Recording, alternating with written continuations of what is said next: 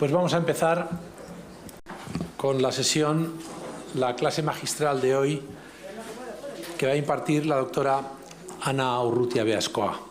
Primero, como hacemos en casi todas las sesiones, casi todas las clases magistrales, voy a dar una pequeña puesta al día de las actividades de la Fundación Pia Aguirreche. Seré lo más breve posible, pero no quiero dejarme algunas cosas importantes. La última vez que tuvimos la clase magistral fue en el mes de mayo. ¿Qué ha pasado desde entonces en actividades de la Fundación? En julio de este año hemos puesto en marcha la Cátedra de Cuidados Paliativos Fundación Pia Aguirreche, Universidad Francisco de Vitoria, adscrita a la Facultad de Medicina de esta universidad. El objetivo es formar expertos en cuidados paliativos, impulsar la investigación y divulgar el conocimiento de esta disciplina. La cátedra la dirigen el doctor Jacinto Bátiz, aquí junto a mí, y el doctor Javier Rocafort, que han puesto en marcha ya un ambicioso programa. También en julio hemos reeditado el libro Velaz conmigo, de Cicely Saunders, que es nuestro segundo libro en la colección. Sí, creo que tenemos... No podemos ir.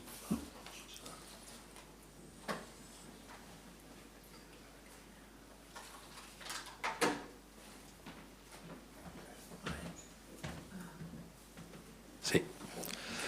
No, tenemos ahí.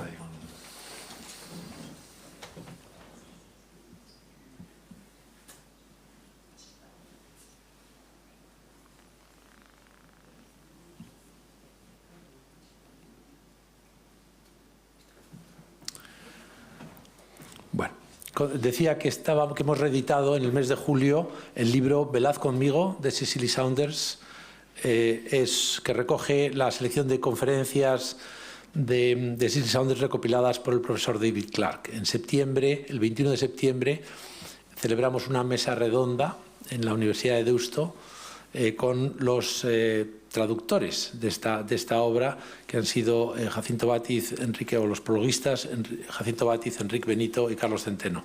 Esta sesión, que fue muy interesante, muy emotiva, yo diría muy conmovedora, está colgada en nuestra página web para los que no pudieron asistir.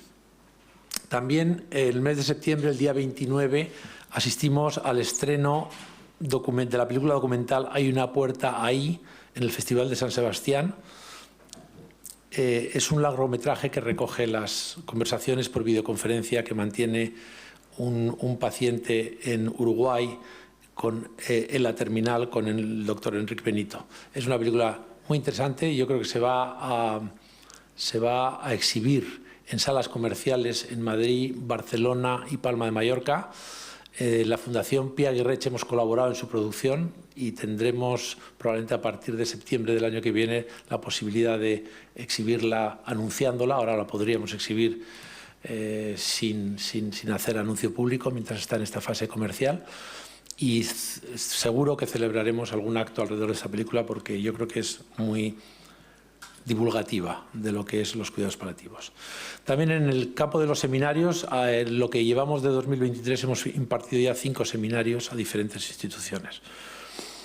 En cifras de divulgación, en la divulgación de las clases magistrales y conferencias que están exhibidas en nuestra web han tenido más de 250.000 visitas en YouTube, y eso la verdad es que para nosotros nos hace mucha ilusión ver que de verdad la labor divulgativa va adelante. Tenemos también 3.000 personas que ya reciben nuestros boletines, y los libros que hemos publicado han recibido más de 4.700 descargas desde nuestra web, además de los 1.000 ejemplares que hemos repartido en formato papel. Bueno, con la conferencia de hoy se acaba el primer ciclo, que arrancamos hace un año, y en enero del 2024 empezará un segundo ciclo, que como siempre lo ha organizado el doctor Jacinto Bátiz, y voy a anunciar las conferencias que tenemos previstas con algunas fechas, aunque esto estará seguramente en nuestra página web dentro de muy poco. El 24 de enero el doctor Marcos Gómez Sancho impartirá la clase de Morir en Paz. El 14 de marzo, el doctor Alberto Alonso nos dará una clase titulada Cambios en el lugar y forma de morir, objetivos de la medicina para el siglo XXI. El 18 de abril, la doctora Montserrat Esquerda impartirá la clase Convivir y conmorir en redes relacionales. El 13 de junio, el doctor Álvaro de la Gándara impartirá los cuidados paliativos, un derecho no siempre respetado, y cerrará este segundo ciclo la psicóloga Pilar Arranz el 10 de octubre con la clase Conectarse para escuchar, entender y atender en momentos muy valiosos. Toda esta información, como he dicho, se subirá en la página web, no hace falta que tomen. Muy bien, muchas gracias a todos por estar aquí, tanto a los asistentes presenciales como a los más de 1.500 personas inscritas para ver esta sesión por streaming. Les damos la bienvenida y yo les dejo ya con el doctor Jacinto Bátiz, que presentará nuestra conferencia anterior.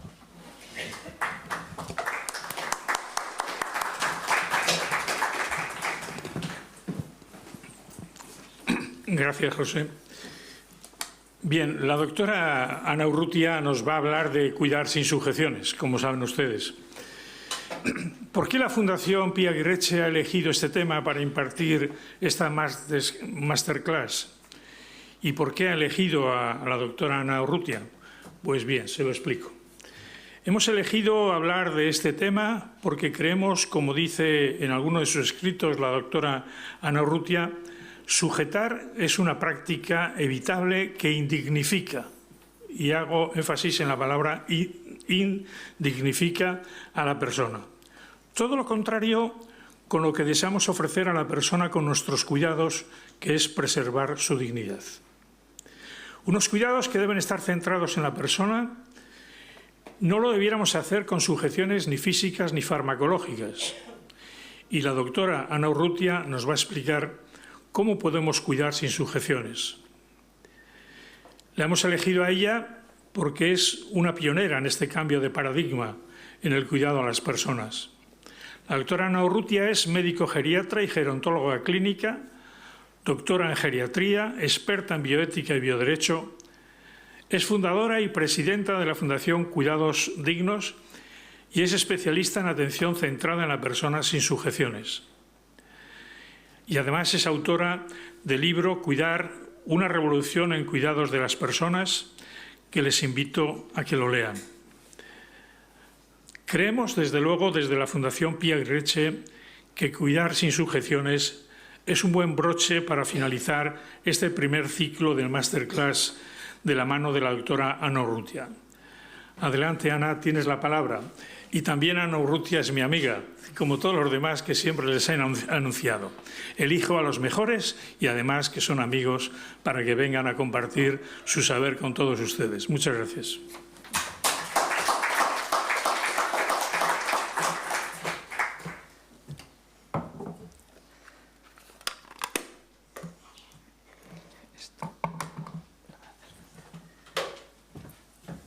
Bueno, Arratsaldeon. Bueno, muchas gracias a todos por haber venido, especialmente pues a la Fundación Pia Aguirreche por haberme invitado en un tema que me apasiona porque llevo 15 años luchando por él, y darme este foro, ¿no? Y permitirme pues contar mi experiencia, que es un poco lo que os voy a contar. Y especialmente pues gracias a Jacinto, que le he leído tanto y ha sido también una inspiración para mí, ¿no? Porque pues antes hablábamos en la comida, le digo, pero tú toda la vida has estado en cuidados paliativos, ¿no? Yo te conozco siempre de eso, o sea que, y de su manera de enfocar el cuidado, con la que he aprendido mucho, ¿no? Como digo, pues os voy a explicar un poquito desde cómo he llegado hasta aquí, hasta cómo pienso yo que se pueden hacer las cosas a la hora de cuidar y cómo tenemos que cambiar el paradigma de atención actual, que para mí es indiscutible que hay que cambiarlo en muchos aspectos, ¿no? Y os explicaré el camino de la no sujeción. La Fundación Cuidados Dignos es una entidad que aparece hace 15 años. Mi experiencia personal, yo me dedico a atender personas mayores frágiles en una residencia de ancianos que en su momento pues trabajaba en Osakidetza, en atención primaria, y aparte que no era lo mío, porque lo mío eran los ancianos, pues no me llenaba demasiado porque no veía el paciente que yo quería ver, que es ese paciente tan complicado, que se porta mal, con muchísimos trastornos de comportamiento, que es en la demencia, ¿no? Y bueno, pues también vengo de una familia emprendedora y dije, bueno, yo aquí me aburro y tengo que hacer otras cosas. Entonces, hablé con mi padre, le dije, oye, mira, que me gustaría no sé, poner una residencia de ancianos o dedicarme a cuidar personas mayores y sobre todo personas con patologías serias, con demencia y con graves problemas, ¿no? Y entonces él me dijo, bueno, pues oye, ya te voy a ayudar, porque él era muy emprendedor, no se ha dedicado nunca al tema de la medicina, pero sí había tenido una empresa, había dirigido pues muchas personas y sabía de qué iba esto, ¿no? Y entonces pusimos una pequeña residencia en Guernica y de ahí nace mi experiencia personal. Concretamente, hace 15, 16 años se acercó un compañero médico que trabajaba en Inglaterra y que casualmente además es medio pariente mío.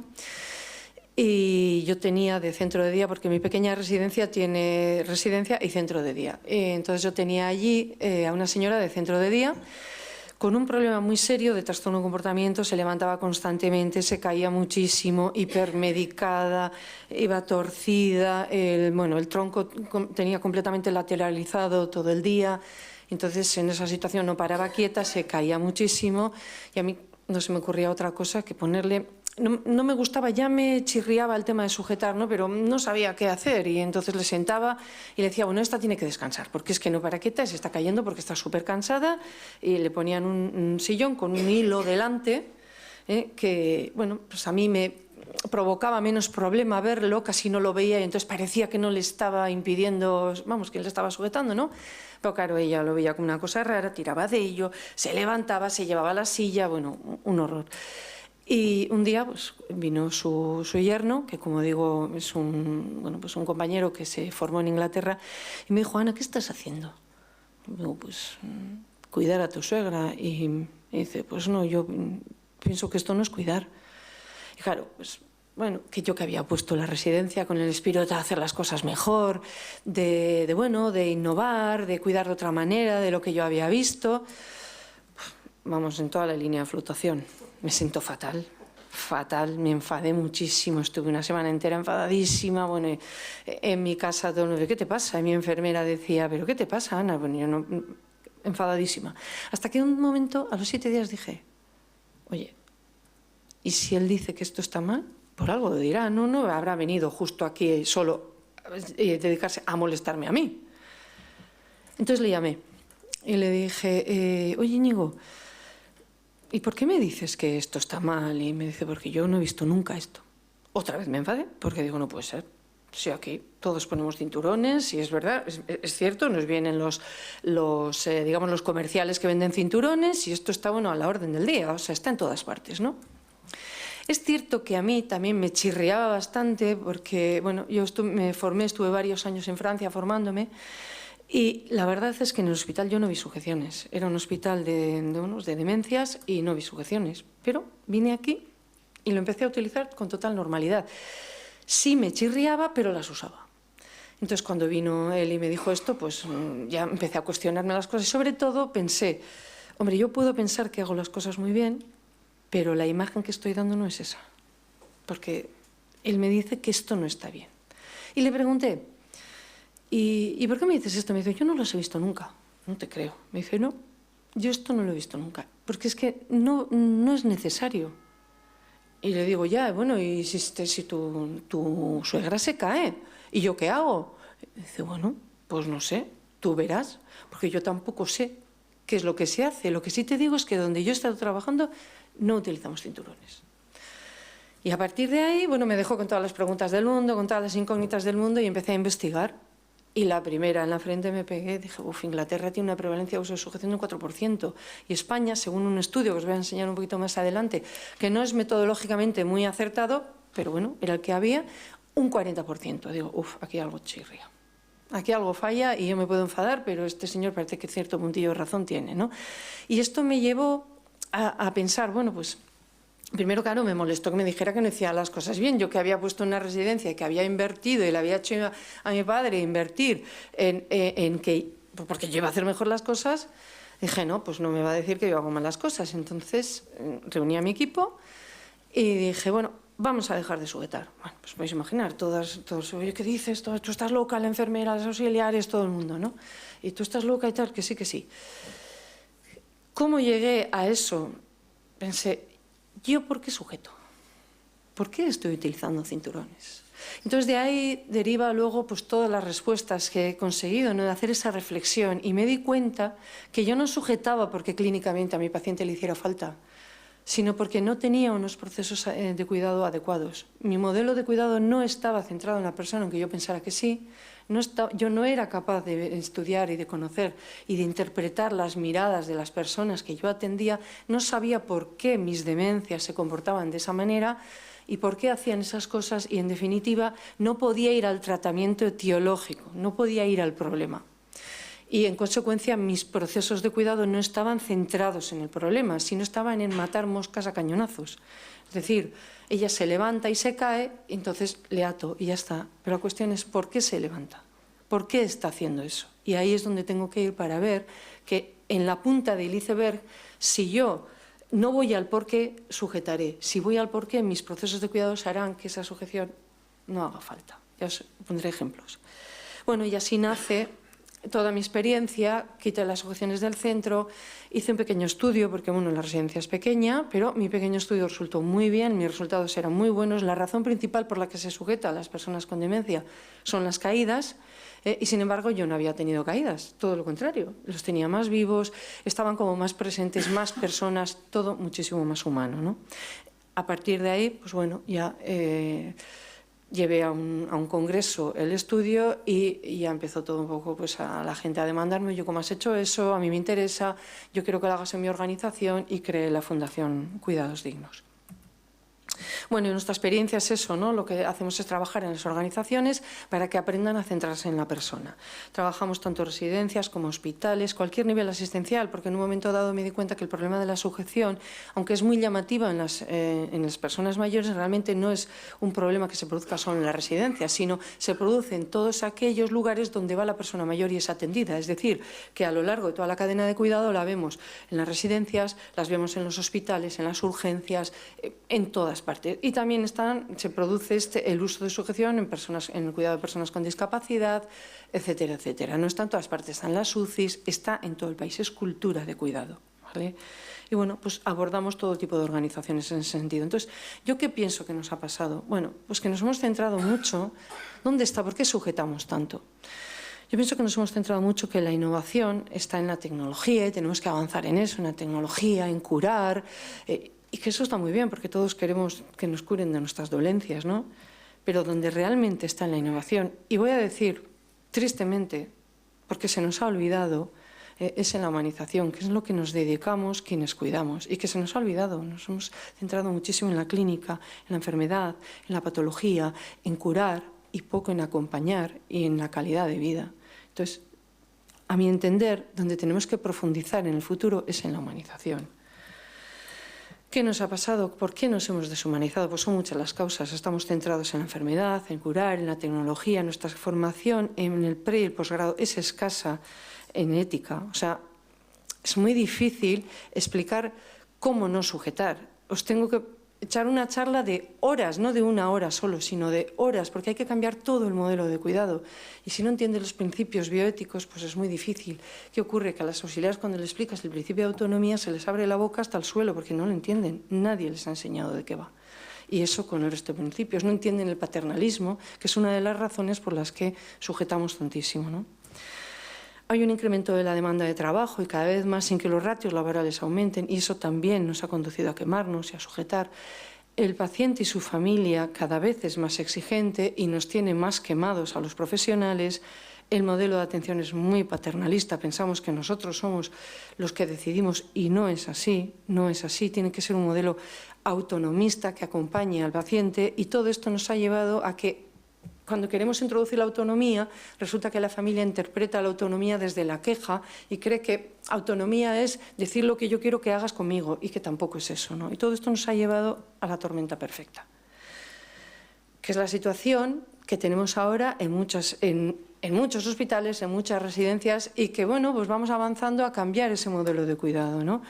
Una corriente, desde mi punto de vista, de deshumanización, cuyo máximo exponente son las sujeciones químicas o físicas. Podemos encontrar otros, pero este es un indicador potentísimo. Detrás de una sujeción hay unos procesos no centrados en la persona. Siempre. Si te centras en la persona, no tienes sujeciones, ni físicas ni químicas. Y es algo que, bueno, yo suelo decir que la geriatría, la gerontología es un poco la hermana pobre de la medicina, ¿no? Y sin embargo, me siento muy orgullosa de haber generado este movimiento de no sujetar, porque vimos tantísimas sujeciones en las residencias, fundamentalmente, que es donde se concentra el mayor número, digamos, de personas frágiles, que nos dimos cuenta que esto era excesivo, que era indigno, que había que cambiar. Estamos generando ese movimiento por el cual otras entidades están cuestionando que hay que cambiar el modelo y que hay que dejar de sujetar, y podemos utilizar este indicador tan potente para empezar a hacer esa medicina y esos cuidados centrados en la persona. Es triste, pero no nos ha dolido sujetar. Yo os diría que vayáis a casa, que penséis en toda la charla, después la hora que esté hablando, y quienes hayáis sujetado penséis si realmente os ha dolido poner la sujeción. Estamos hablando de situaciones en las residencias de ancianos donde un anciano está sujeto todo el día, los 365 días del año, en la cama y en la silla. Pero en el hospital, los 7, 10 días que esté, está sujeto. Y la cuestión es que los pacientes no lo toleran, no les gustan. Vosotros poneros en esa piel y pensáis, ¿qué pediríais vosotros a quien os cuida? Que me cuide sin que me haga daño y con dignidad. Y esto no es dignidad. A una persona que puede entender, le puedes decir, bueno, mira, Ana, necesito sujetarte. Le digo, bueno, pues no me gusta. Y bueno, vale, aún así no me gusta. Y bueno, ¿qué le dirías? Pues hombre, si puedes hacerlo sin hacer esto, mejor.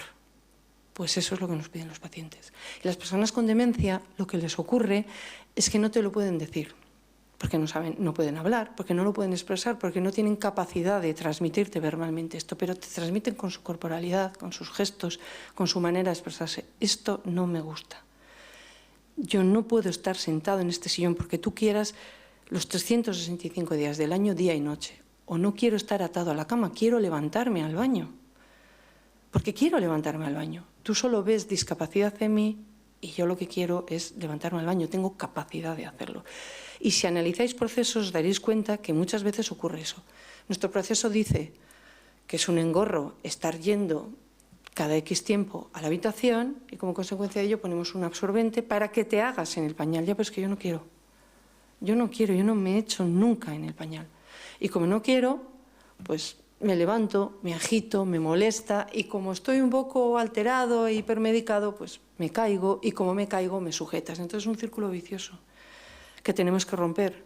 Cuando te centras en la persona y realmente cubres las necesidades de esa persona en función de cómo es y cómo quiere que lo hagas, veréis cómo las sujeciones no hacen falta, porque el comportamiento mejora de tal manera, se siente bien, se siente digno e incluso, aunque sea una demencia, colabora. Eso nos ha pasado. Hemos sujetado muchísimo por seguridad.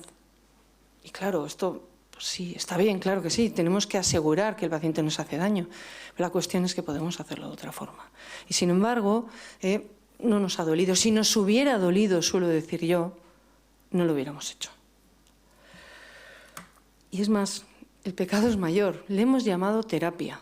Y no lo es absolutamente antiterapéutico, porque cuando pones una sujeción a una persona con demencia, se agita, se pone malo y le tienes que acabar poniendo una sujeción química y entramos, como digo, en un círculo vicioso.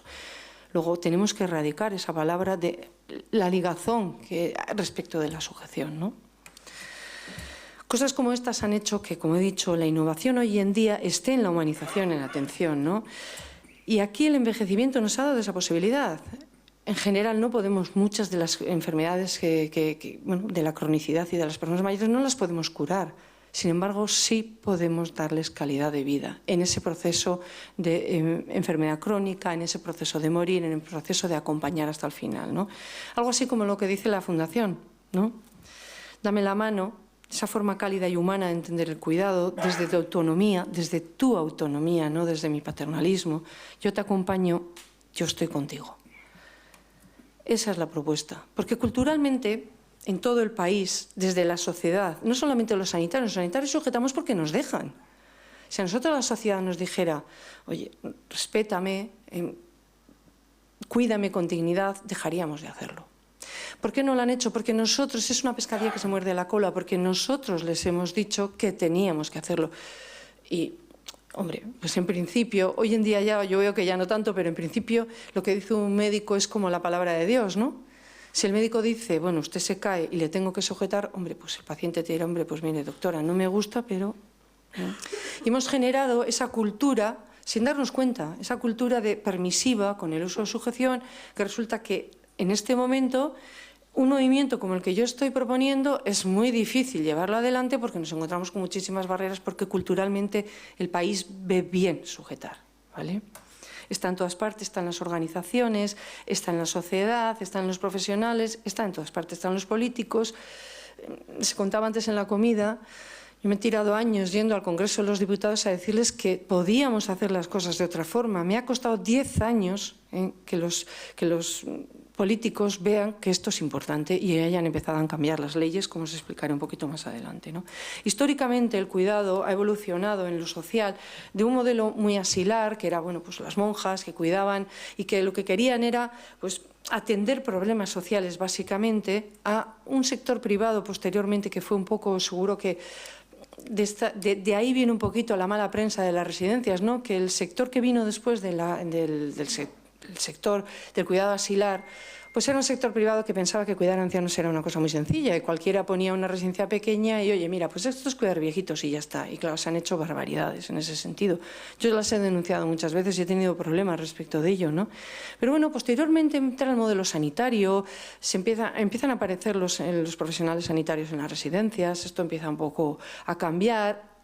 La calidad en la gestión entra en las residencias y ya todo coge otro aire y lo que en este momento estamos impulsando es el modelo centrado en la persona. Y antes me preguntaban en las píldoras antes de la conferencia, si pensaba que la calidad de las residencias en Euskadi o pues en todo el Estado, si es que era buena, ¿no? Y yo lo que creo es que, como en todo, tenemos que mejorar, pero que cada vez es mayor y que, desde luego, mucha de la imagen que tenemos pues no es del todo, digamos, justa, ¿no? Porque es verdad que desde nosotros están haciendo un movimiento, por ejemplo, como es esto, el de centrarse en la persona y cambiar el modelo de cuidado, que no se está produciendo desde ningún otro sector, ¿no? Y en lo sanitario ocurre lo mismo, empezamos a demandar la atención centrada en la persona más allá de la calidad de vida solamente relacionada con la salud. Empezamos a hablar de la calidad de vida como un aspecto muchísimo más allá que solamente tener en cuenta el aspecto de la salud, ¿no? Es decir, mis deseos, mis preferencias, mis necesidades psicológicas, lo que yo necesito como persona, ¿no? Que va más allá de que necesite, bueno, evidentemente curarme de esta enfermedad, ¿no? Y en ese momento estamos, ¿no? Por eso es un momento importante para poder avanzar, a humanizar y proponer modelos de calidad de vida en el cuidado, como el que yo propongo, que en su momento le llamé Libera Care, porque le llamé en un principio liberar a las personas mayores, soltar las sujeciones, ¿no? Y después de llevar 5 años trabajando con residencias, empezaron las residencias a decirme que cuando su paciente o su usuario era llevado a urgencias al hospital, volvía sujeto. Y no fue una, fueron muchas las que me empezaron a decir que, a su vez, su discurso era de alguna forma, bueno, pues a las familias le decían los médicos de los hospitales que estos de las residencias que están soltando las sujeciones están locos, que esto está muy mal, que son absolutamente, vamos, están proponiendo un modelo absolutamente inseguro, maleficente, etcétera, etcétera, ¿no? Y claro, allí fue donde me di cuenta que no era un problema solo de personas mayores de las residencias, sino es un problema transversal, es cultura de país que se produce en toda la cadena de cuidado. En todas partes vais a encontrar sujeciones físicas y químicas. ¿Cómo nace el movimiento de no sujetar? Bueno, pues nace desde ahí, con una entidad que se llama CEOMA, es la Confederación Española de Personas Mayores, con el doctor Burgueño, que empezó a inquietarse sobre este tema hace ya muchos años, cuando dirigió las residencias públicas de Madrid. Y vio tantísimas sujeciones que, bueno, creó el programa Desatar al Anciano. Posteriormente, él vino a ver mi centro y me dijo, bueno, pues tú eres el primer centro de toda España que no tiene sujeciones. Digo, bueno, pues muy bien, y yo me quedé con esa idea, con el cartelito, pero vi que, bueno, pues que había que mover esto un poco, y después de hacer el estudio fue cuando creé la Fundación Cuidados Dignos. Pero ya hay otras entidades como estas, decir que es un movimiento que ya está digamos, creciendo cada vez más y más entidades están sumando a esto, ¿no? A dejar de sujetar. De forma que incluso creamos la Plataforma Nacional Sin Sujeciones, donde se integraron tanto el Consejo General de Enfermería como la Organización Médica Colegial. Y, por supuesto, la Sociedad Española de Geriatría, que hicimos en su momento un protocolo, yo recuerdo, empezamos hace 15 años con un protocolo de uso de sujeción, pasamos a un documento en el que se proponía no sujetar y el último que se ha hecho es un documento en el que se propone ya que se dé al paciente, digamos, el derecho a no ser sujetado, es decir, que pueda decir, tú me puedes cuidar, o sea, quiero que me cuides sin sujeción, ¿vale? Cosa que es todo un reto, ¿no?, para profesionales que no sepan hacerlo. ¿Por qué pienso que tenemos que dejar de sujetar? Pues porque es indigno. Las personas, simplemente, las personas no se sienten dignas con una sujeción. Y no vale decir, ya, pero lo hacemos por seguridad. Sí, eso yo no lo discuto, ni voy a decir que haya maldad detrás de ello.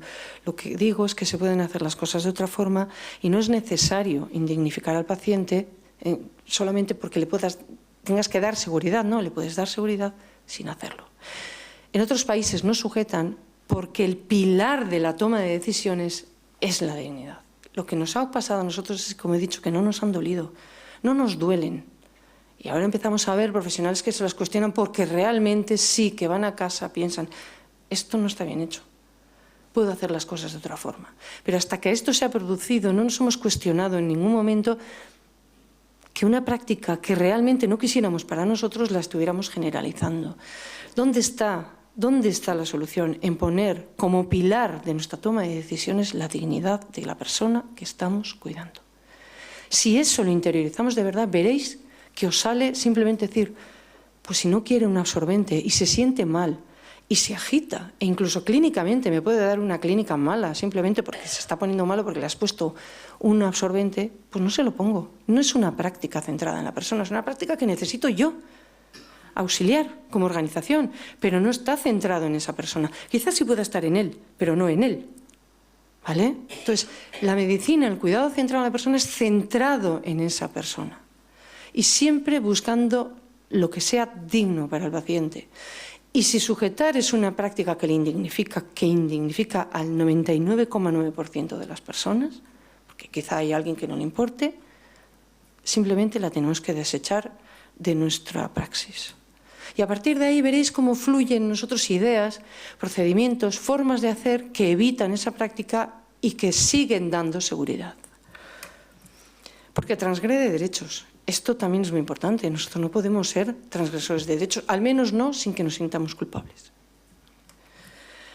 Porque nos tenemos que cuestionar, ¿es cuidar? Bueno, pues a veces yo tengo dudas, ¿no?, si podemos hacerlo de otra forma. No es calidad de vida en el cuidado, que como digo, es la propuesta que, digamos, en este momento es la más congruente con el envejecimiento. En el envejecimiento, como digo, no podemos en general curar, pero sí podemos dar calidad de vida en esa cronicidad. ¿Y esto es calidad de vida? Pues si analizamos todas las dimensiones de calidad de vida que el modelo de Salok y Verdugo nos muestra, veremos que ninguna de ellas cuadra con el uso de sujeción. Ni bienestar emocional, ni bienestar físico, ni se sienten personas, ni dignidad, nada de eso. ¿Vale? Porque no es medicina centrada en la persona, es medicina, bueno, pues que viene bien a la organización, a mí como profesional es que yo no sé hacerlo de otra forma, bueno, pues aprende a hacerlo, pero no es medicina centrada en la persona. Y una cosa que ahora sí que me atrevo a decir, antes no me atrevía a decirlo, cuando empecé a dar charlas la gente me retaba a mí a demostrar que lo que yo proponía no era maleficente. Ahora le he dado la vuelta y he dicho, después de tener en España más de 600 organizaciones que no sujetan, y con muy buenos resultados, ¿tengo yo que demostrar que lo que estoy proponiendo no es maleficente? No. Lo que creo que ocurre es que quien sujeta está siendo maleficente. Esto es duro para quien cuida, pero es así. Si tienes una alternativa mejor y tan segura, que no digo que sea más segura, ¿eh? Los datos sobre caídas no es que digan que cuando no sujetas se caen menos, no, pero tampoco dicen que se caigan más, ¿eh? Entonces, en esa situación, ante la misma, digamos, prevalencia de caídas y ante la misma seguridad, optar por sujetar es maleficente. la evidencia científica empieza a avalar esto. ¿Qué dice la evidencia científica? Bueno, pues no existe evidencia científica que avale el modelo que sujeta. Esto es así. O sea, ¿encontraréis algún estudio? Bueno, pues algún estudio sí que habrá. Yo no lo he encontrado, pero bueno, sí que habrá. Alguno que insinúa que es mejor seguir sujetando, tal. Vale, bien. Respecto de la evidencia científica del modelo que nos sujeta, poca. No tenemos mucho porque hace poco, que estamos impulsando este modelo y no hay tantos artículos. Pero de existir algo, existe en el modelo que nos sujeta. En el modelo que sujeta, nada. Y claro, somos médicos y yo digo, ¿y cómo ponemos en marcha una praxis que no tiene evidencia científica? Pues lo hemos hecho. Y la razón es que no hemos puesto la dignidad como pilar de nuestra toma de decisiones. Es duro decirlo, yo he hecho lo mismo, yo también me tuve que caer del caballo. Yo también hice lo mismo, no me di cuenta, no le di importancia. ¿Vale? No hace falta, está demostradísimo que no hace falta sujetar. No nos hace falta para resolver el problema con el cual supuestamente vamos a resolver con sujeción, resulta que podemos resolverlo sin sujeción. Es inútil usarlo, es un elemento absolutamente fútil. El problema no está en ellos, el problema está en nosotros. Ir a decir que sujeto porque este señor se cae es como decir que este niño salga de mi consulta, yo pediatra, que salga de mi consulta porque llora cuando le voy a explorar con el fonendo. Es que la demencia es frágil, la demencia no sabe cuándo se debe de levantar, porque no entiende nada, hace lo que considera. Y ya está, no razona. Yo me levanto cuando necesito. Esto es básico en una persona con demencia, es nuclear, es propio de la persona con demencia. No le podemos castigar porque lo hace, porque entonces es como decir que a ese paciente no sabemos cuidarle en función de su naturaleza intrínseca, ¿no? El problema está en nosotros, que no sabemos centrarnos a esa necesidad, ¿vale? No podemos atender así a las personas que cuidamos, haciéndolas indignas, haciéndolas sentirse mal. Y menos aún, y lo digo, bueno, pues desde la gerontología, a las personas que son experiencia de vida. ¿Y por qué es posible? Hay muchas organizaciones que lo han demostrado y es posible hacerlo y en todos los ámbitos de atención, ¿no? Las ideas fuerzas que yo os trasladaría pues son las siguientes, que la sujeción es un indicador. O sea, ¿la sujeción es buena y mala? Bueno, es un indicador. Lo que te dice es que detrás de ella hay unos procesos no centrados en la persona. Y cuando ella no existe, los procesos están centrados en la persona, porque solamente haciendo un cuidado centrado en la persona dejarás de sujetar. No hay modelo centrado en la persona si se sujeta. Quizá escuchéis en algunos foros, no, yo es que cuido centrado en la persona, y si ves sujeciones, eso es falso. Y lo es porque nadie quiere estar sujeto, y si nosotros le preguntáramos al paciente desde su autonomía, yo le puedo cuidar con sujeción o sin sujeción. Y el principio de autonomía le brindaría la oportunidad de decir, bueno, ¿cómo quiere ser atendido? ¿Cómo quiere ser cuidado? Yo le puedo ofrecer esta alternativa, sujetarle o no sujetarle. De las dos maneras puedo cuidarte. ¿Cuál es la que tú prefieres? Lógicamente me diría, hombre, en las mismas condiciones de cuidado y de seguridad, no me sujetes. Por eso, el modelo centrado en la persona, el modelo autonomista, el que pregunta al paciente, siempre es sin sujeción. Con sujeciones el cuidado no es digno. Y no es digno porque, fijaros, si os vais a la RAE, la palabra dignidad significa todo esto. Excelencia, eminencia, importancia, sublimidad, grandeza, grandiosidad, decoro, honor, nobleza, respetabilidad, gloria, esplendor, gravedad, distinguido, egregio, eminente, eximio, ilustre, famoso, insigno, algo que una persona con sujeción jamás se siente. Jamás. Y las consecuencias que producen las sujeciones pues son terribles. Desde las sujeciones crónicas producen efectos físicos, úlceras por presión, estreñimiento, heridas, pérdida del tono muscular, pero también efectos psicológicos muy potentes, desde mi punto de vista muy fuertes, a mí me impactaron muchísimo. El miedo, la vergüenza. Y diréis, ¿una persona con demencia siente vergüenza? Sí. Sí lo siente porque son emociones y las emociones quedan intactas hasta el final de la vida. Y lo siente porque lo que le ocurre no sabe decir qué es. Ella no sabe decir que esto es un cinturón y que están transgrediendo mis derechos y mi dignidad. Esto no lo sabe expresar, al menos verbalmente. pero sí lo vivencia, porque es algo que no lo ha ocurrido nunca. Nadie en la vida ha limitado su libertad de esa forma. Nunca, en general, nunca. Por eso le chirría y le llama la atención y lo vive indignamente, ¿vale? Y le da vergüenza y le da llora de todo, ¿no? Hay un capítulo en el libro que escribí en el que explico eso, ¿no? Que yo no fui capaz de ver todo eso detrás de la persona que estaba cuidando. ¿Y si no es digno es cuidar? Bueno, pues cuidar significa asistir, guardar, conservar, poner diligencia, atención, solicitud en la ejecución de algo. Hombre, pues sí es cuidar. Podemos cuidar con sujeción o sin sujeción. Según la RAE, sí.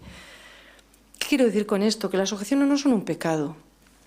Es un elemento del que podemos tirar y podemos disponer de él, particularmente los médicos, cuando veamos necesario, pero que tiene que ser muy pocas veces y sujeto a indicaciones muy concretas, las explicaré más adelante. Pero fuera de esas indicaciones, por ejemplo, las caídas no son indicación de sujeción, no hay ningún protocolo internacional, al menos yo no he encontrado protocolo internacional que diga que las caídas son indicación de sujeción. Sí lo he encontrado en España,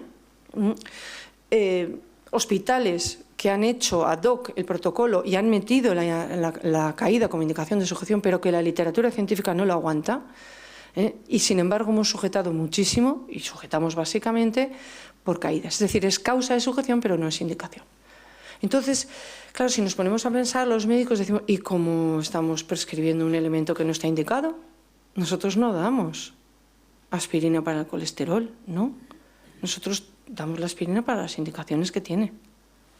Y eso es lo que está pasando, que es un problema de procesos, de no centrarse en la persona, de actitudes de la organización que estamos amparando los médicos en muchas ocasiones.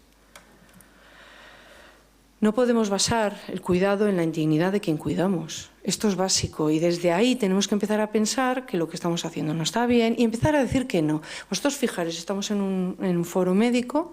Si los médicos decimos que no, ¿qué creéis que pasaría? Pues no pasa nada, o sea, nada más que mejora.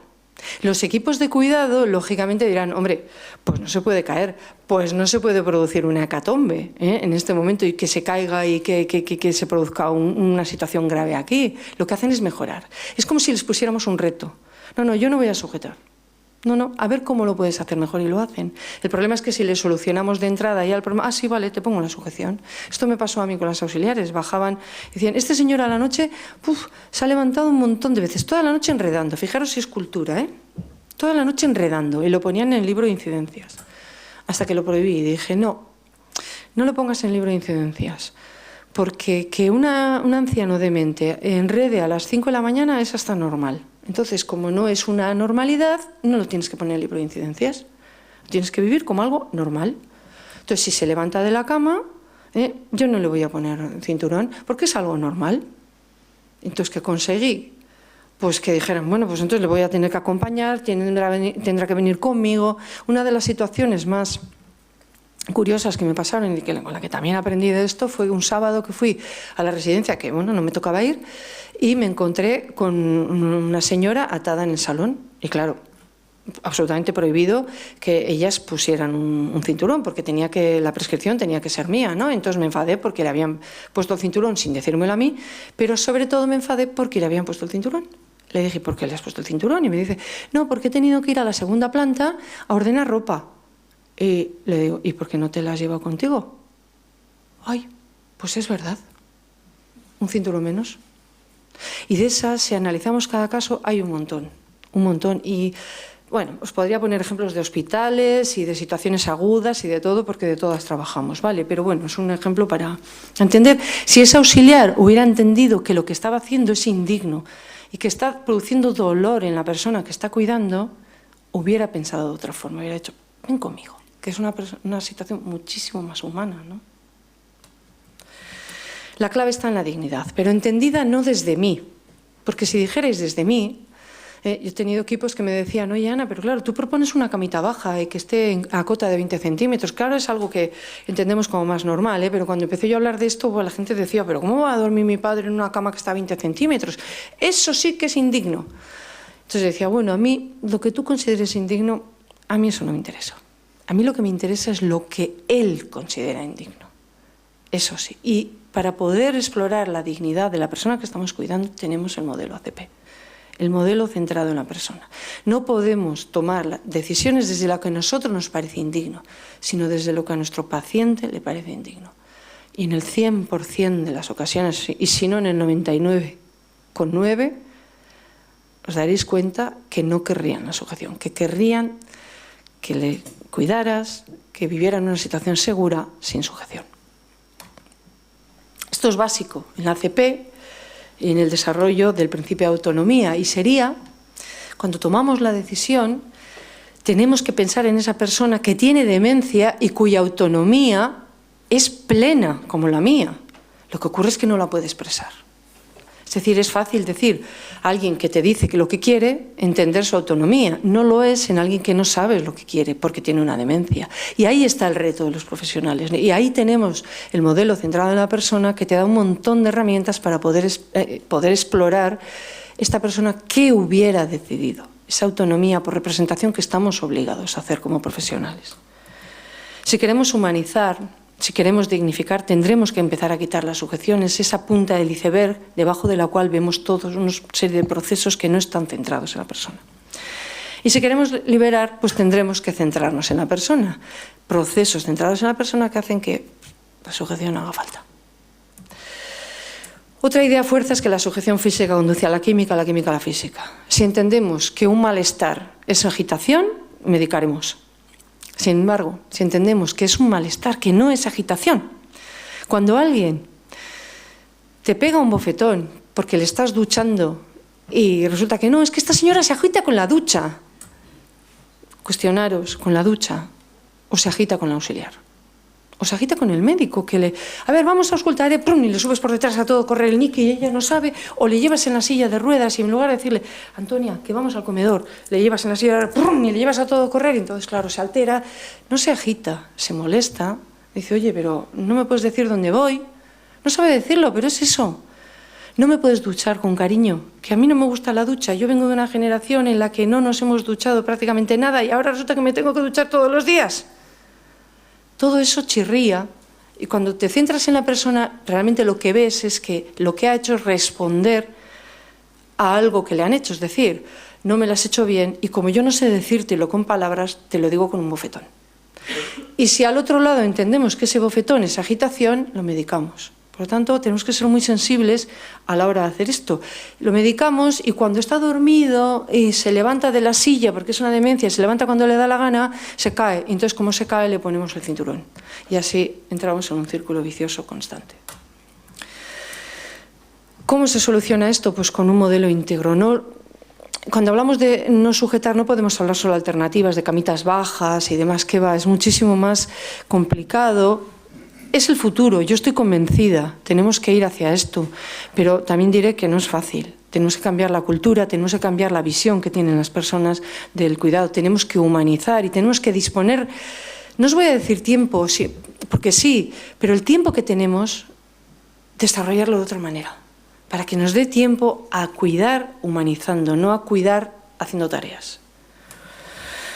Bueno, estas son metodologías que yo uso en el que abordamos la familia, motivamos al personal, vigilamos, toda esa serie de cosas que tenemos que introducir para retirar la sujeción física o para retirar la química, pues cuestionaros constantemente la medicación, el uso adecuado de medicamentos, la de prescripción, etcétera, etcétera, ¿no? Otra cosa importante también en esto es que cuando yo hablo de psicofármacos o de sujeción química, no digo que todos los psicofármacos sean sujeción química porque nos quedaríamos sin terapia. Entonces también, sobre todo los médicos, tenemos que ser en esto muy sabios, cuándo algo es sujeción química y cuándo es terapia, porque si todos los psicofármacos, cuidado, que cuando empezamos a hablar de sujeción química, resulta que hay gente que empieza a decir que no podemos utilizar ningún psicofármaco. Yo en eso no estoy de acuerdo, porque nos iríamos a un nihilismo terapéutico que haría que, bueno, pues que mucha gente no tuviera calidad de vida, que al fin y al cabo es el objetivo del modelo, ¿no? Es cultura de cuidado, está en todas partes y sobre eso tenemos que trabajar, cambiando de 0 a 180 grados la visión, ¿no? Para eso, ¿qué tenemos que hacer? Pues ver el modelo de cuidado de otra forma. Si yo veo las cosas de una forma diferente, actuaré de una forma diferente y tendré unos resultados diferentes, así de sencillo, ¿no? Si empiezo a ver que puedo cuidar sin sujetar, que tengo que utilizar herramientas de humanización, que tengo que centrarme en la persona, si empiezo a ver esto y a pensar en ello, actuaré acorde a ello. Si las sujeciones me duelen, cambiaré mi hacer. Y como resultado tendré un paciente diferente. Fijaros la fortaleza que tenemos. Lo que estoy diciendo es que estoy trasladando el cambio a nosotros, no al paciente. No podemos pretender que una persona con demencia deje de tener demencia así de repente. Ojalá en un futuro sea así, pero en este momento se va a comportar mal, va a decir tonterías, le falla la memoria, etcétera, etcétera. Es la clínica de un paciente con demencia. Pero los que sí podemos amoldarnos y adaptarnos a ella somos nosotros, ¿no? En el panorama nacional lo que vemos actualmente es esto. Están por todas partes. Están en las residencias, están en los hospitales, físicas, químicas, los niños, salud mental, las UCIs, en todas partes. Las urgencias, ancianos dormidos, domicilios dormidos. Es un problema serio que es difícil de abordar porque, como veis, vemos distintas variables, el nivel de cuidado, la edad del paciente, la patología o discapacidad que tiene, y si combinamos todo eso, pues nos salen un montón de cuadros de causas que habría que abordar, ¿no? Pero bueno, hay que hacerlo. Las cifras de prevalencia hablan de lo siguiente. En cualquier ámbito del cuidado, el uso es elevado, ¿no? Pero particularmente es en las residencias de ancianos. Los estudios, la verdad es que no son muy finos, científicamente, pues bueno, tienen baja calidad metodológica. El concepto de sujeción física, bueno, hay un consenso mundial respecto a lo que es una sujeción física, pero la química no tiene una conceptualización consensuada, y esto es un problema porque algunos consideran sujeción química lo que otros no consideran, etcétera, ¿no? Y básicamente donde encontramos cifras muy elevadas en las residencias, hasta un 40%, pero también en salud mental, pero podemos encontrar hasta un 50% de uso de sujeción, ¿no? España es de los países de la OCDE que más sujeción utilizan. Estamos hablando de un 10 a un 20%, pero como una media global. Si nos vamos decimos, en un hospital hay un 2% falso. No es verdad. Si cogemos el total del hospital, claro, el estudio coge el total del hospital un 2%, pero si nos vamos al paciente susceptible de ser sujetado, ¿qué es? Persona mayor, con demencia, trastorno de comportamiento, mujer añosa, con pluripatología, polimedicación, en el hospital le sujetan el 90% de las veces. Entonces, claro, son cifras alarmantes, ¿no? Y con la sujeción química el problema que tenemos es su falta de conceptualización, y también está en todas partes, las benzodiazepinas, bueno, en la demencia fundamentalmente, ¿vale? Pero no es un problema solo de residencias y de psicogeriatría, insisto, está en todas partes, está también en los cuidados paliativos. Aun cuando los cuidadores estén formados en calidad de vida, usan habitualmente restricciones en cuidados paliativos. En este estudio, he recogido varios estudios, 1 de cada 6 pacientes hospitalizados le sujetaron física y químicamente. ¿Por qué? Pues porque habían utilizado vías intravenosas, sondajes nasogástricos, utilizaban antipsicóticos. Es un indicador de mala calidad la restricción física, pero aún así, al final de la vida, es muy utilizada en hospitales y también en residencias, y sobre todo si estamos hablando de demencias. En cuidados intensivos, también las prácticas centradas en el paciente geriátrico pues, se obvian y no se desarrollan de forma que la vía oral no se utiliza cuando, bueno, pues, sabemos que las vías, el uso, claro, lo que nosotros proponemos es innovación, son cosas diferentes. Si lo que vamos a hacer es sí o sí, sin personalizar, utilizar una vía intravenosa cuando igual podemos utilizar otra vía, pues lo que estamos abocando es a este paciente a un cuadro de agitación que acabamos sujetándole. ¿Vale? Cuando las propuestas son otras, medidas más centradas en el paciente, más orientadas a la geriatría, ¿no? En este caso, ¿no? Y sin embargo, pues bueno, pues se siguen utilizando los fármacos, las restricciones, sobre todo cuanto más largo es el periodo en el hospital, pues más se usan. En este estudio, que era en residencias de ancianos de varios países, se vio que en todos ellos sujetaban, excepto en uno, en Japón, 0, nada, ¿vale? Sin embargo, la diferencia de uso pues era al final de la vida, me estoy refiriendo, era importante. En Italia y en Bélgica muchísimo, y en Inglaterra y Países Bajos prácticamente nada. ¿Cuál era la diferencia? La política nacional. O sea, es una práctica que la ven como absolutamente indignificante y está culturalmente prohibido. Y legalmente, pues tienen refuerzo legal para que esto no se haga. Tú en Inglaterra hablas de una sujeción y te dicen, ¿qué dices? Esto no se puede usar. Los factores de riesgo al final de la vida para el uso de restricciones físicas en las residencias, bueno, en cualquier entorno son la demencia, la angustia del personal, la movilidad reducida, la mayor dependencia, el alto riesgo de caídas, la agresividad. Todos estos son factores que condicionan y que llevan a que la persona sea sujetada, ¿no? Entonces yo digo, si centramos los procesos en la persona, se trata de prevenir que estas situaciones se produzcan. Por ejemplo, una situación de delirio en una situación aguda nos va a conducir muchas veces a sujetar. Bueno, pues trabajemos el delirio. Y cuando, desde el punto de vista ambiental, del entorno y de los procesos de cuidado, nos vamos al origen de lo que puede causar delirio en un anciano, resulta que el delirio ya no es tanto y no tenemos que sujetar. No se asoció en este estudio ni al género, ni al estado funcional, ni a la demencia, ni al ratio de personal. Mayor o menor ratio no favorecía el no uso de sujeción, ni al nivel de dependencia. La cultura de no uso está asociada a una política nacional, a directrices de la institución de no sujetar, es decir, protocolos no de uso, de buen uso de sujeción, sino de no uso de sujeción, ¿vale? A la formación del personal, a la existencia de alternativas, a que hubiera expertos clínicos preventivos, como son las enfermeras, especialistas en delirio y que saben prevenir ese tipo de situaciones y, en consecuencia, ayudan a que no sea necesario sujetar, o coordinadores de la prevención de la sujeción. Bueno, estas son cifras que vemos nosotros que son elevadas siempre en todos los centros de uso de sujeción química. Desde el punto de vista... tengo que ir terminando ya, bueno, pues voy un poco mal de tiempo. El modelo es un modelo muy paternalista. Lo que se trata es de pasar a un modelo más autonomista, donde el paciente participe, aunque sea una demencia, desde la representación, ¿no? Y lo que tenemos que hacer es prohibir las sujeciones. Y diréis, oye, pues decir que no, hombre, pues sí, culturalmente empezar a eso, legalmente empezar a hacer eso. Desde que habrá personas a las que tengamos que heteroimponer el uso de sujeción, es decir, heteroimponer el no uso de sujeción, y otras personas a las que deberemos de ir convenciendo de que no debemos usar sujeción, ¿no? Porque el modelo terapéutico que habla de uso de sujeción dice que se puede usar sujeción por problemas de ratios. Esto es absolutamente, lo siento, deshumanizado. O sea, un problema de ratio, un problema de estancia nos conduce en este país a sujetar. De ahí digo yo que la base de nuestra toma de decisiones no es la dignidad, ¿no? Bueno, respecto de las caídas, lo que he dicho, ¿no? En cualquier ámbito vemos que no hay más caídas porque dejemos de sujetar, y multitud de estudios que hablan de ello, ¿no? Respecto a la agitación en comportamiento problemático, que es un poco lo mismo, también causa de uso de sujeción, pues lo mismo, vemos que cuando se introducen programas de no sujeciones mejora toda esta situación.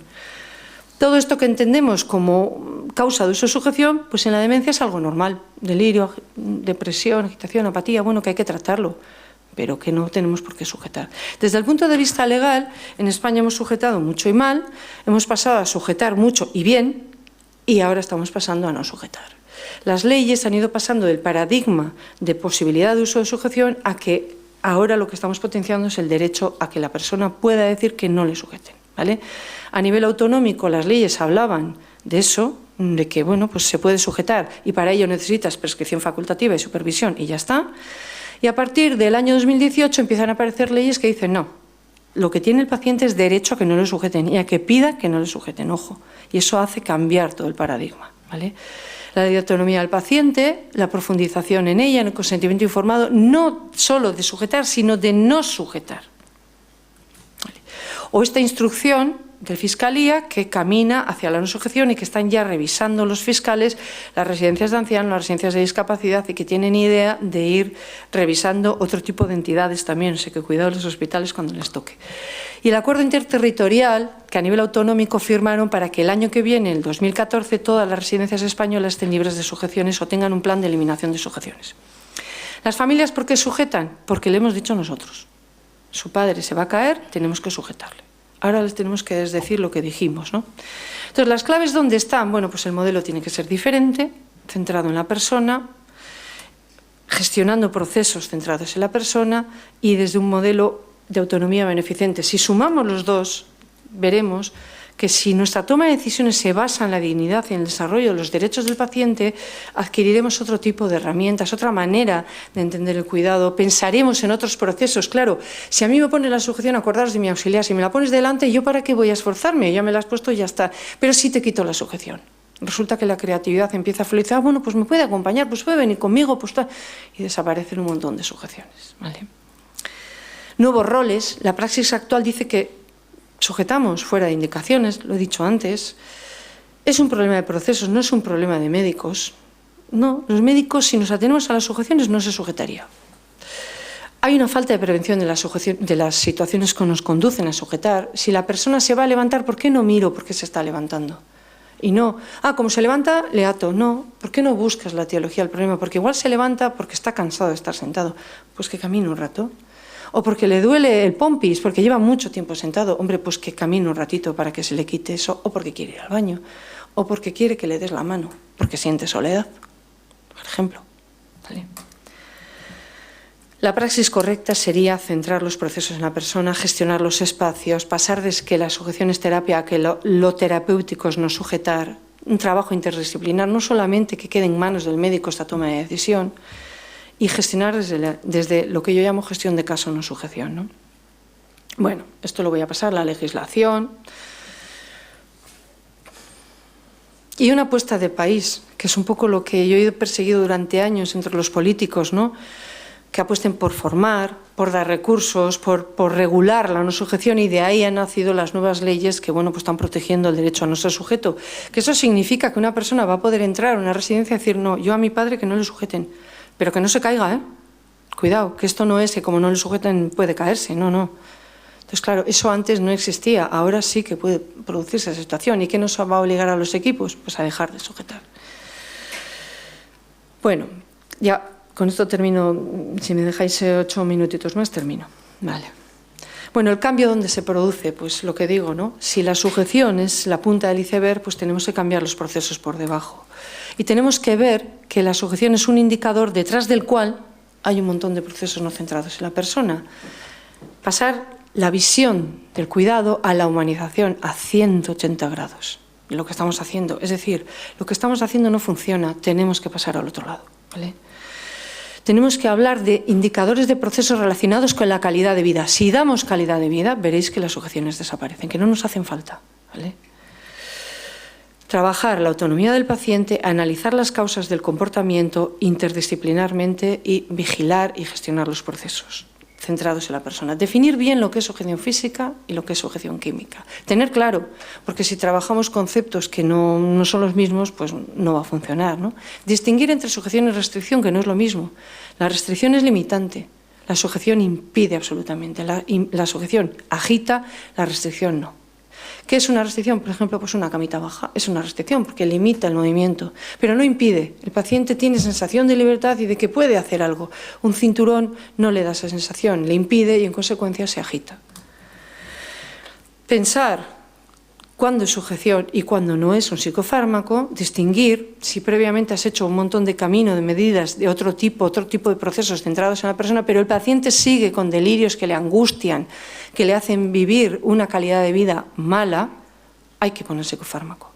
Pero si el paciente convive perfectamente con ese delirio y no genera ningún problema en él, el psicofármaco no le hace falta, porque lo que le va a producir, tenemos que pensar que le va a producir muchos efectos secundarios. Luego, distinguir perfectamente cuando el psicofármaco es terapia o cuando se convierte en una sujeción química. Distinguir entre causas de uso de sujeción e indicación, que es diferente. Indicación es cuando se va a tirar por la ventana y se va a matar, o va a matar a alguien, va a agredir a alguien seriamente, no porque le pegue un bofetón, o cuando se va a quitar pues, elementos que son vitales para su vida, o cuando pues necesita reposo y no tenemos otra opción que ponerle quieto, no tenemos una familia que acompañe, no tenemos recursos para poder hacer otra cosa, ¿no? Pero, por ejemplo, las caídas no son indicación de sujeción. Se trataría de equilibrar la seguridad con pues, el confort, la cobertura de necesidades, etc. Entender también lo que es agitación y lo que es malestar, que es absolutamente diferente. La agitación es clínica, el malestar no. ¿Vale? Mover a las personas todo lo contrario de lo que estamos haciendo. Cuanto más les movemos o les podemos mover. Y cuando hablamos de mover es no solamente que camine, es moverle en la silla de ruedas, darle vida. humanizar, decirle, vamos a tomar un poco el sol o vamos a dar un paseo por esta sala, aunque estés a punto de morir. Pero voy a sentarte en la silla, si puedo hacerlo, y te voy a dar una vueltita para que veas lo que está pasando y eso, bueno, pues calma, baja la agitación, ¿no? El buen trato individualizado, no el que creemos que es correcto, sino el que esa persona precisa. Si le gusta que le llamen don Antonio, llámale don Antonio. Si le gusta que le den la mano, dale la mano. No vale decir, no, es que a mí no me sale. Pues aprende que te salga, porque te dedicas a esto. Dale la mano porque quiere, porque eso es el cuidado centrado en la persona. ¿Vale? Entender la demencia, tolerarla, cubrir las necesidades psicológicas con nuestro hacer. Es decir, si levanta la mano y dice, oye, acercarte y decir, ¿qué quieres? ¿Qué te pasa? ¿Te puedo ayudar? Y no pasar, espera, no, que ahora en este momento no te puedo atender. O como pasa en los hospitales, hazte en el pañal porque es que estoy en el puesto de control y ahora no puedo venir a atenderte. No. Esos son lo que Tom Kibbuth llamaba psicología social negativa, que provoca una reacción negativa en el paciente y, en consecuencia, en el paciente con demencia se produce agitación. Terapias no farmacológicas, que hay miles, desde la lavanda, que calma, hasta, bueno, pues de todo, ¿no? Oír música, etcétera. Gestionar el caso desde la no sujeción, que un poco el resumen ya lo he hecho, y vigilar. Y luego una parte pequeña que se puede usar y que es importante es la tecnología, las camas que suben y bajan, los elementos, los tacatacas para gente que quiere caminar y se tuerce y tiende a caerse, o un cinturón que es un airbag que cuando cae se abre y no se fractura la cadera, sensores de movimiento, pulseras de vigilancia, cámaras, cojines que impiden que se resbale. Hay un montón de cosas, ¿no? La sujeción química ya lo he dicho antes.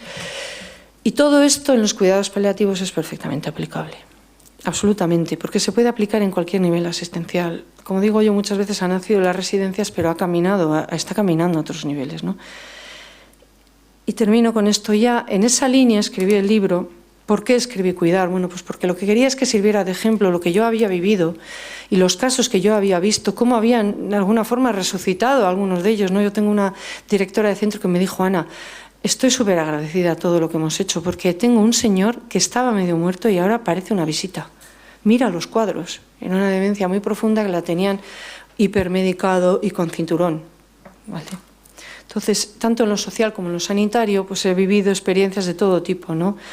Basando todo el libro en la no sujeción, utilizando como la no sujeción como indicador todos los casos de humanización que hemos ido desarrollando. Empezamos en las residencias de mayores, pero también en casos de hospitales, cuidados paliativos, etcétera, ¿no? Bueno, si tenéis la oportunidad de leer el libro, Romana es el capítulo en el que yo me caigo del caballo y me doy cuenta que lo que estoy haciendo está mal.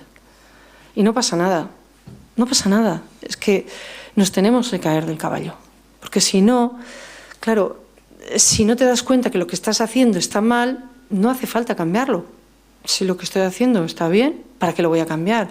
Para cambiar y para hacer las cosas de otra forma tienes que reconocer que lo estás haciendo mal o que no es lo correcto. Vamos, Mauro habla de la autonomía del paciente, cómo pacta con el médico. Yo tengo una experiencia personal que se me produce cada vez que voy al hospital. Tengo un pariente, bueno, pues un familiar que tiene una enfermedad crónica y cada vez que vamos a medirnos y a pesarnos, lo digo con todo cariño, pero es verdad que no me gusta. O sea, tengo que estar pidiendo el dato. Ese dato es mío, no es tuyo. Yo no tengo, porque si no lo pido no me lo dan. Eso ya todavía es más gordo. O sea, y claro, ¿qué pasa? Que cuando ya he pedido 5 veces el dato, pues ya la técnica que he cogido es mirar por encima, a ver si lo pido, porque es que no se le ocurre a ella o a él darme el dato. Eso es autonomía. Ese dato es suyo y se lo tengo que dar porque no es mío. La enfermedad no es mía, es de mi paciente.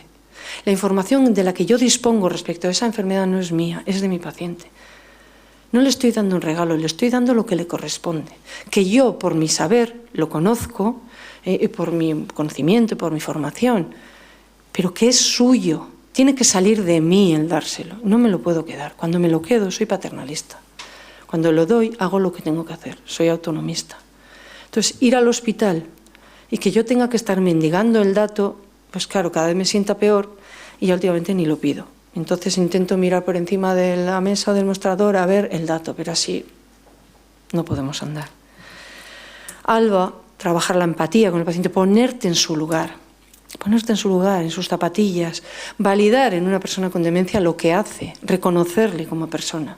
Porque es una demencia, pero no es una demencia, es una persona.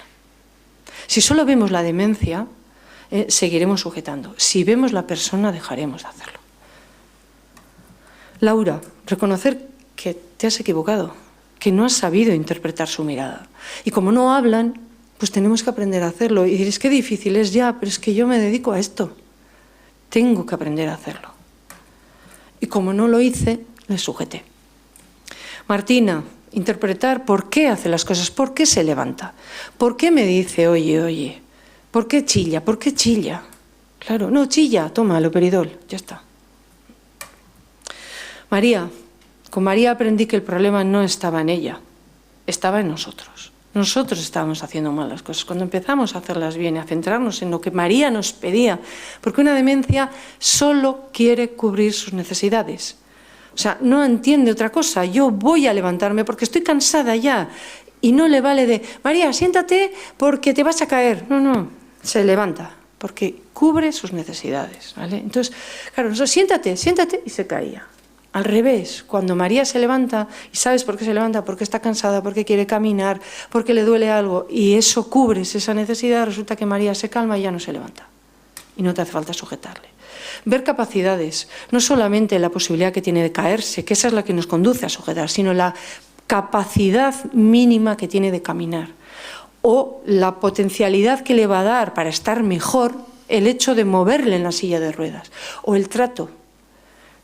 Decirle, agacharte, darle la mano y decirle, vamos al comedor, ¿vale? Y ya veréis cómo no se calma. Si coges la silla de ruedas y ¡brum!, le mueves al comedor a todo correr, pues se va a agitar y se va a poner mal. Estamos hablando de personas, bueno, pues con serios problemas, ¿no?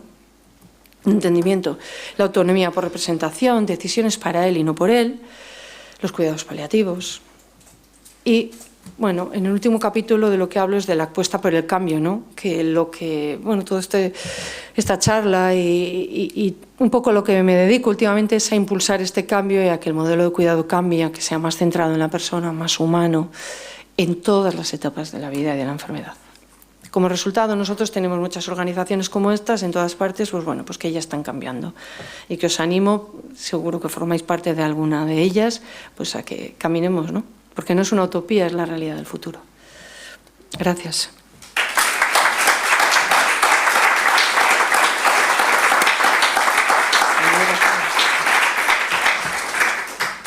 Muchas gracias, Ana. Ahora está el turno de preguntas. ¿Alguien en la sala quiere hacer alguna pregunta?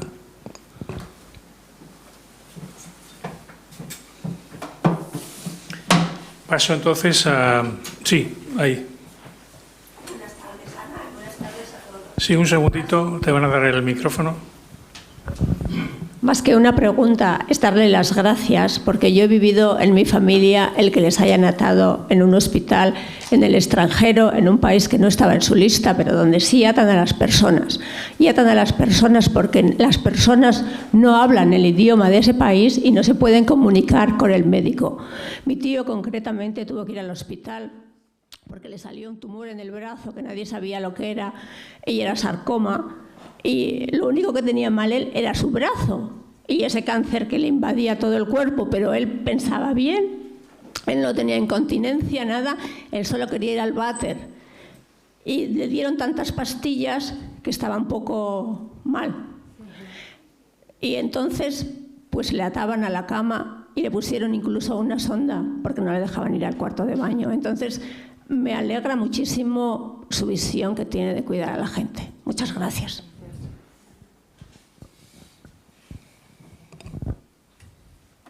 No, gracias.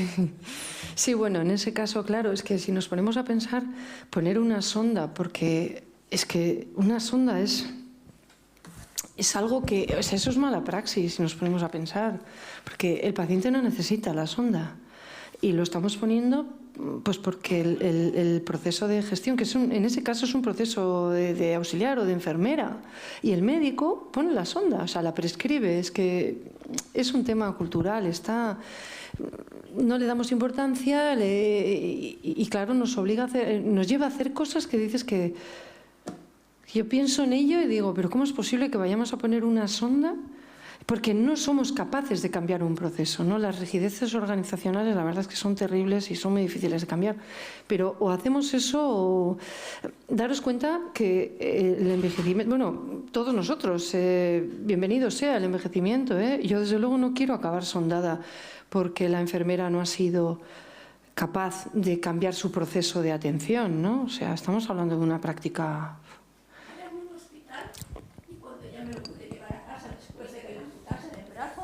Le dije a la persona responsable de mi tío que para llevármelo a casa yo quería que le quitasen la sonda, que yo a casa con la sonda no me lo llevaban. Y me dijeron, no, si la sonda se la habrán puesto por algo. Digo, no, la sonda se la han puesto por comodidad de los médicos, perdónenme todos ustedes, yo no soy doctora, ni médica, ni nada. Digo, ha sido porque no le entendían.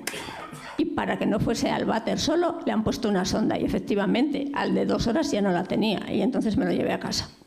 Claro, porque no le hacía falta. A ver, esos también son situaciones muy extremas, ¿eh? O sea, lógicamente eso no es lo habitual. No es lo habitual. Pero lo que sí tenemos que denunciar es que esas cosas no pueden pasar, aunque sean, bueno, pues que aunque sean situaciones extremas, no sea lo habitual. O sea, que... Una pregunta más. Sí.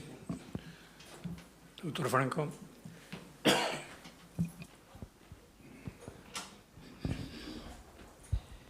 Bueno, felicitarle a Ana por su magnífica conferencia y por dar esa dimensión de humanización de la asistencia en todos los ámbitos.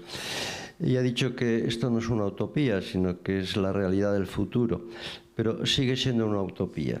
Es decir, en los hospitales, por lo menos en los grandes hospitales, entre ellos donde yo trabajo, donde las decisiones de la sujeción física, la sujeción mecánica que le llaman, no las toma generalmente el médico, porque suelen ocurrir por la noche. Y es curioso que los turnos de noche tienen la cultura, los que están de turno de noche, bien sean auxiliares, enfermeras, el médico que está de guardia en el piso de arriba, etcétera, de que tiene que, por la noche, el personal no tiene que ser molestado. Es curioso.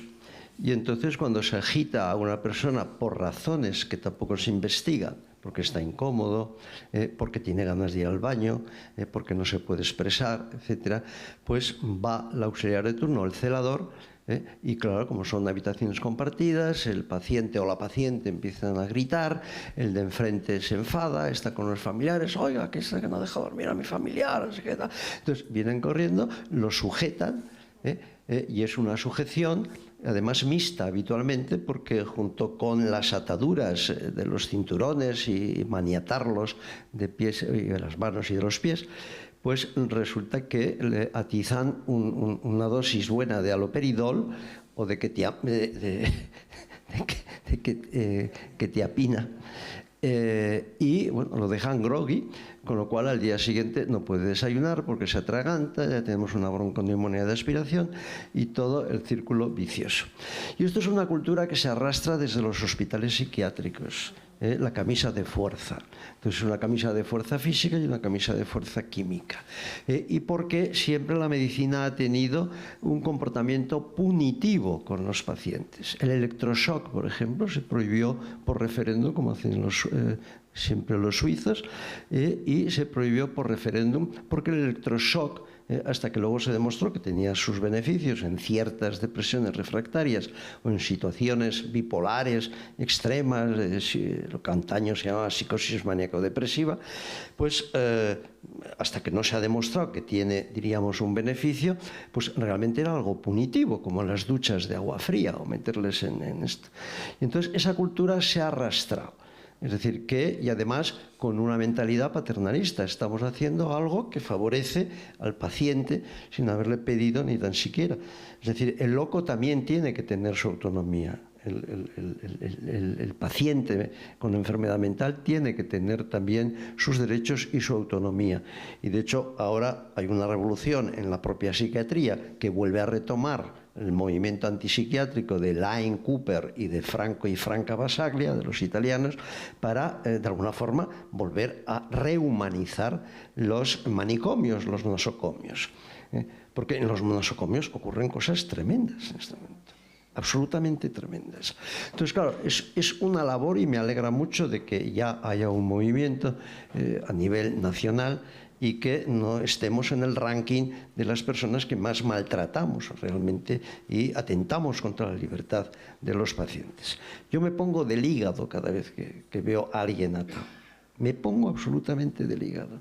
Pero claro, tenemos por un lado que no nos respalda una legislación suficiente y una normativa suficiente, porque a mí me parece que lo que estamos haciendo es anticonstitucional.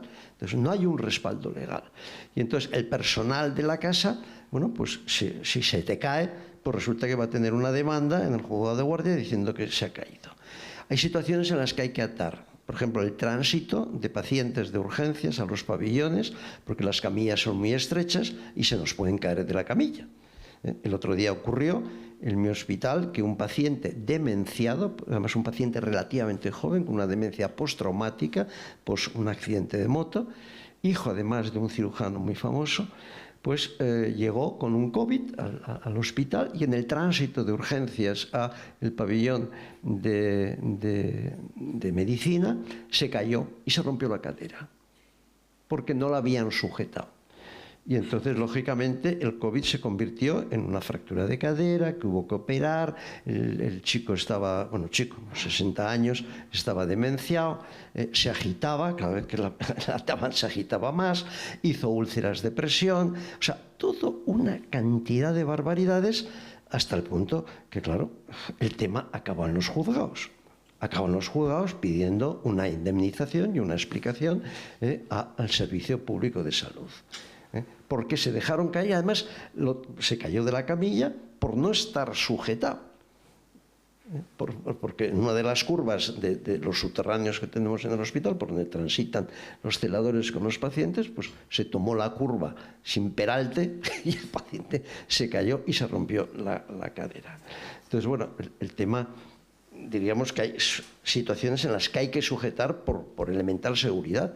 A mí cuando me trasladaron del hospital de Mendaro, medio en coma por el COVID, que me ingresaron en Basurto, pues yo iba atado porque iba a una ambulancia que además iba a una velocidad que si no me hubiese caído.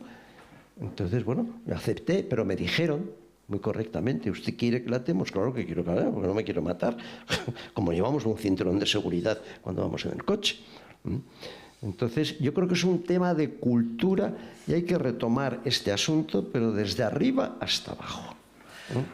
Sí, es que las sujeciones per se no es que digas que son todas un pecado. En ese caso, un cinturón de seguridad nos lo ponemos en el coche. Lo que pasa es que lo que yo cuestiono es... en el caso, evidentemente, si a mí me meten en una camilla, oye, pues prefiere que le sujete, pues sí, yo también que me sujete para que, pues un cinturón de seguridad, ¿vale? Pero si el paciente demente se va a agitar con el cinturón, lo que yo digo es, ¿por qué no pensamos desde esos procesos centrados en la persona que a mí me dirían, hombre, pues una camilla más ancha en lugar de las estrechas? Claro, es que es cambiar todo el paradigma, ¿no? Una camilla más ancha que posibilite que vaya más cómodo.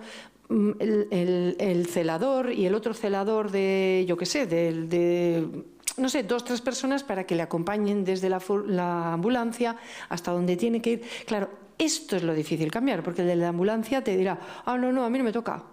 Y a mí tampoco no me toca. Y entonces, claro, va el celador solo y entonces... O sea, al final, dentro de esos pilares que yo he presentado, he pensado un poquito más rápido, pero el tercero es el organizacional y ese es el difícil. Cuando le dices al celador, bueno, tú estás para cuidar y si en este momento tienes que acompañar a este señor dándole la mano y tranquilizándole y tal, igual no le hace falta sujeción. Lo que pasa es que en lugar de hacer eso le acompaña de cualquier forma, le lleva igual a una velocidad que le altera, tal, todo ese tipo de cosas suman para que se agite y en la curva se caiga, si entre que la camilla es estrecha y entre que solamente va una persona y el resto no va porque el convenio no lo dice, etcétera, etcétera. Y yo digo que no es una utopía porque tenemos que empezar a pensar desde ahí. O sea, empezar a pensar que la enfermera no debe de estar en el puesto de control, sino tiene que estar donde hace falta, que es, puede escribir los mismos datos que está cogiendo en el ordenador en el puesto de control, lo puede hacer. De hecho, lo he visto. O sea, he visto la enfermera en unidades donde están implantando este tipo de modelo, camina de habitación en habitación constantemente vigilando, y si en un momento dado tiene que meter unos datos, va con su ordenador portátil a una mesita que ya está puesta en la habitación, o un espacio pequeñito, porque en esa habitación una persona con demencia está un poco agitada y le hace falta que le hablen y le digan, oye María, ¿y qué tal? Mientras está metiendo los datos, ¿y qué tal te encuentras? ¿Y qué tal? No sé qué tal. Y está calmada. Y esa agitación ya no es tal, no necesitamos sujeción. Es decir, empezar a pensar que, claro, como lo estamos haciendo no sirve si la enfermera sigue estando en el puesto de control, no va a funcionar. Pero ¿y si la enfermera se mueve? Pues lo mismo, ¿no? Para que en esa curva ese señor no se caiga, ¿por qué no compramos camillas más grandes? ¿Por qué no el celador pide ayuda y se... Claro, romper todo esto es muy complicado y por eso hay proyectos, pilotos que van rompiendo esto y que van haciendo hacia atrás pues el camino, ¿no? De decir, bueno, pues lo hacemos aquí y somos ejemplo para el siguiente y el siguiente y el siguiente. Tenemos que transformar todo un país, o sea que complicado, ¿no? Pero tiene que ser desde ahí, porque está claro, si la camilla es estrecha se va a caer, pero si la camilla es más ancha. Y si en vez de un celador van acompañándole, y si el celador en lugar de llevarle así de cualquier forma le va dando la mano, le va hablando, claro, para eso tiene que estar capacitado, hay que sensibilizarle, vamos, que queda mucho camino. Bien, tenemos una última pregunta para cumplir con el tiempo y vamos a darle palabra a uno de los que está al otro lado. Dice, el modelo de sujeción cero, en cuanto incrementa la necesidad de personal. Por ejemplo, si un auxiliar se encarga de 10 usuarios con sujeciones, ¿cuánto personal necesitamos para esos 10 usuarios en un plan de sujeciones cero? Bueno, nosotros llevamos 15 años con la Fundación y hemos hecho unas 500 organizaciones y en ninguna de ellas hemos aumentado el personal. Lo que se produce es una transformación del paradigma. Es decir, toda esta visión que yo estoy trasladando, si se produce un problema como esto, de la camilla, pues la visión es más creativa. Digo, en lugar de hacer esto, hace el proceso de otra forma, con el mismo personal. Es decir, en Inglaterra tienen el one-to-one, ¿no? Para ellos, para mí, el tema de la dignidad como base de la toma de decisiones es que es, vamos, fundamental, es básico, ¿no? Para ellos es tan intrínseco a su cultura de cuidado que hacen todo lo que sea para no sujetar en una situación en la que previsiblemente los demás sujetaríamos, ¿no? Entonces sus equipos empiezan a decir, bueno, pues si ocurre esto, podemos hacer esto, no funciona, podemos hacer esto, no funciona, y van escalando, hasta que al final es un país legalmente tan comprometido con la no sujeción que la organización puede pedir el one-to-one. Es decir, que es una forma de no sujetar, pero sí restringir, ¿no? Pero lo puede pedir, es decir, que hay un amparo legal respecto de eso, ¿no? Entonces yo digo, vale, aquí no tenemos eso, pero este recorrido que ellos han hecho de vamos a hacer esto, o vamos a hacer esto, o vamos a hacer esto, nosotros lo hemos hecho, nosotros hemos sujetado aquí abajo. Y mi propuesta es, vamos a hacer esto, vamos a hacer esto, vamos a hacer esto con el mismo equipo. Y cuando llegues aquí y no hayas solucionado el problema y necesites más ratios, entonces los pides. Pero mientras tanto hace este recorrido, que es posible. Porque, como digo, 500 organizaciones han trabajado ya con nosotros en 15 años y han hecho este recorrido sin aumentar el ratio de personal. Es un problema de formación, de capacitación, de sensibilización, de ver las cosas de otra forma, de ser creativo, desde ahí, ¿no? Muy bien, Ana. Para terminar, a mí me gustaría hacerte una pregunta para que me contestaras sí o no. Si en la práctica médica generalizamos las sujeciones, ¿estaríamos diciendo que estaríamos ejerciendo una medicina defensiva? Sí. Bueno, sí lo es. Hay una cosa que le voy a contradecir al profesor, y es que la legislación española no dice que tengas que sujetar. No dice ni que tengas que sujetar. De hecho, hasta el año 2018, o sea, lo he explicado un poquito rápido, pero de la no sujeción solo se habla en los decretos autonómicos de lo social. En los sanitarios solo tenemos la ley de autonomía del paciente. ¿Vale? Todo el resto del acuerdo interterritorial, todo eso es en lo social. En lo sanitario no tenemos nada. Y no tenemos nada porque las leyes no te dicen si tú tienes que sujetar o no sujetar, no te dicen. Tú en este país puedes cuidar con sujeción o sin sujeción. Lo que sí te va a decir un juez en una situación bueno, pues en una demanda es ¿cómo has hecho tú tu praxis? Claro, en un hospital donde no saben cuidar sin sujeción, si tú no utilizas la sujeción y como consecuencia de ello el paciente se cae, pues yo si fuera juez también te metería un paquete, ¿vale? Pero en una entidad que sabe cuidar sin sujetar, puedes argumentar perfectamente que no has utilizado sujeción y se ha caído. Y tu praxis ha sido correcta y el juez te va a decir, pues no pasa nada. De hecho, yo he ganado un par de pleitos así, explicando. Una señora que se levanta y repentinamente se cae. La auxiliar estaba a 10 metros porque estaba en ese momento en una sala donde había 10 personas, habían 2 auxiliares, una en este lado y la otra en aquel lado. Esta de aquí estaba atendiendo a una señora y esta corrió a atender a la señora que se estaba levantando, pero no le dio tiempo. La señora cayó, traumatismo craneoencefálico y falleció. Entonces, ¿qué nos pidió el juez? ¿Qué han hecho ustedes? Dijo, bueno, nosotros vigilamos, tenemos a una colocada aquí y la otra aquí. Y estamos atendiendo las necesidades de estas personas. En un momento dado, un auxiliar fue a atender a esta señora y a la otra no le dio tiempo. Pero el planteamiento era adecuado, la sala estaba bien iluminada, el ambiente era tranquilo, no pasaba nada, los señores no estaban chillando, estaba todo bien y de repente, como es una demencia, pues se levantó porque sí, con la mala suerte de que pum, cayó justo y el juez entendió que era un accidente. La familia reclamó indemnización porque no habíamos sujetado y dijo no. A mí me parece que la praxis es perfectamente correcta. O sea, ¿por qué? Porque los procesos de atención están diseñados para eso. Lo que pasa es que los accidentes muchas veces son inevitables, ¿no? Entonces, me decías que si lo hacemos con medicina defensiva, pues muchas veces sí. A ver, a veces sujetamos por conveniencia, porque pensamos que es más fácil tenerle ahí quieto y no tenemos que vigilar, pero yo creo que es la menos de las veces. Lo demás es porque no sabemos cuidar sin sujetar, porque cuando las organizaciones aprenden a hacerlo, les gusta el modelo, se implican, porque somos profesiones vocacionales. Lo que pasa es que no sabemos. Cuando aprenden a hacerlo, yo no creo que es tanto. Sí lo hacemos por defendernos, por evitar la demanda, pero es más por desconocimiento, pienso yo. Muy bien, muchas gracias, Ana, por tu magnífica masterclass de hoy, que nos has aclarado muchas cosas. Nos has enseñado a otra forma de cuidar y con esto cerramos el primer ciclo de las masterclass que organiza la Fundación Pia Aguirreche y como ha dicho el presidente al comienzo, nos veremos el año que viene en el segundo ciclo de las masterclass que les anunciaremos en la página web oportunamente. Muchas gracias a todos y Ana, muchísimas gracias.